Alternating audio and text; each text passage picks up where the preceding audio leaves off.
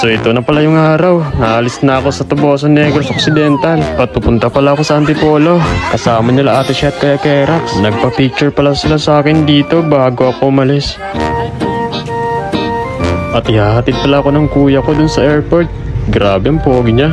So bago kami pupunta sa airport, bibili muna ako ng stuffed toys. Para kay malaman niya yan sa part 2.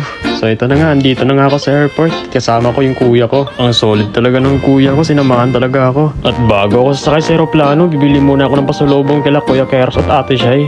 Nasa loob na ako ng aeroplano at tingnan nyo naman, sobrang aga ng flight ko. At nagpapasalamat na pala ako kay Ate Shay at Kuya Kerax. Kung di dahil sa kanila, hindi ko mararating to. At nakarating na nga ako sa Manila. At ito na yung araw na makikita ko na sila Ate Shay at Kuya Kerax. Kapag labas ko nga dito ay nakita ko na agad si Ate Shay. Grabe, di pa rin talaga ako makapaniwala na dati pinapanood ko kasquad ko na. At syempre nakita ko na din sa personal. At nakita ko na dito yung Mustang ni Kuya Kerax. At pinasok na pala ni Kuya Kerax dito yung mga gamit ko. At syempre binigay ko na rin yung pasalubong ko sa kanila. Galing sa Bacoor City. So dito parang nagtataka na talaga ako kasi pinibidyohan ako ni Ate Shay. Sabi niya may ipapabuhat daw siya sa aking maleta. Kaya pinuntahan ko na. Grabe, di ko in-expect yung nangyari. Panoorin nyo na lang.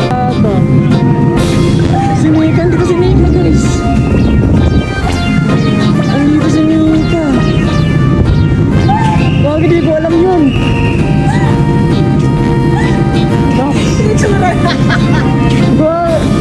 Akala ko mali na talaga yun. So guys, kain muna kami. Wait niyo yung part 2. Bye bye.